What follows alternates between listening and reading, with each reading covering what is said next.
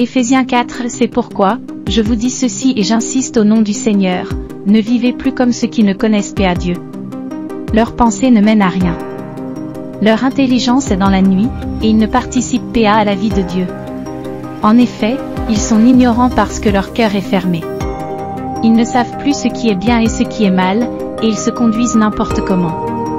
Toutes les actions immorales qu'ils ont envie de faire, ils les font sans se gêner.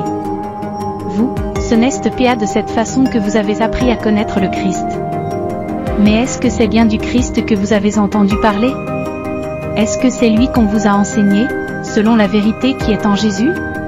Si oui, vous devez laisser votre vie d'autrefois.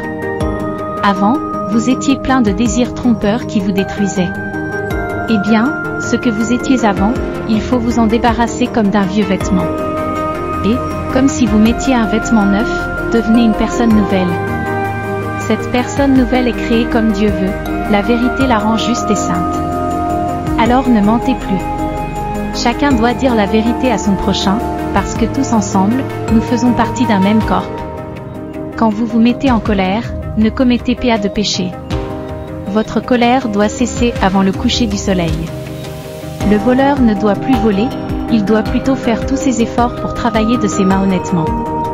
Ainsi, il pourra donner quelque chose à celui qui a besoin d'une aide. Aucune parole mauvaise ne doit sortir de votre bouche. Dites seulement des paroles utiles qui aident les autres selon leurs besoins, et qui font du bien à ceux qui vous entendent. Dieu vous a marqué de son Esprit Saint, alors ne faites pas de peine à cet esprit.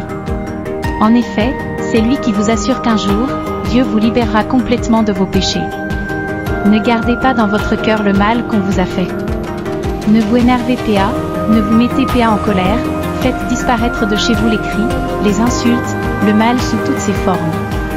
Soyez bons les uns pour les autres, ayez un cœur plein de tendresse.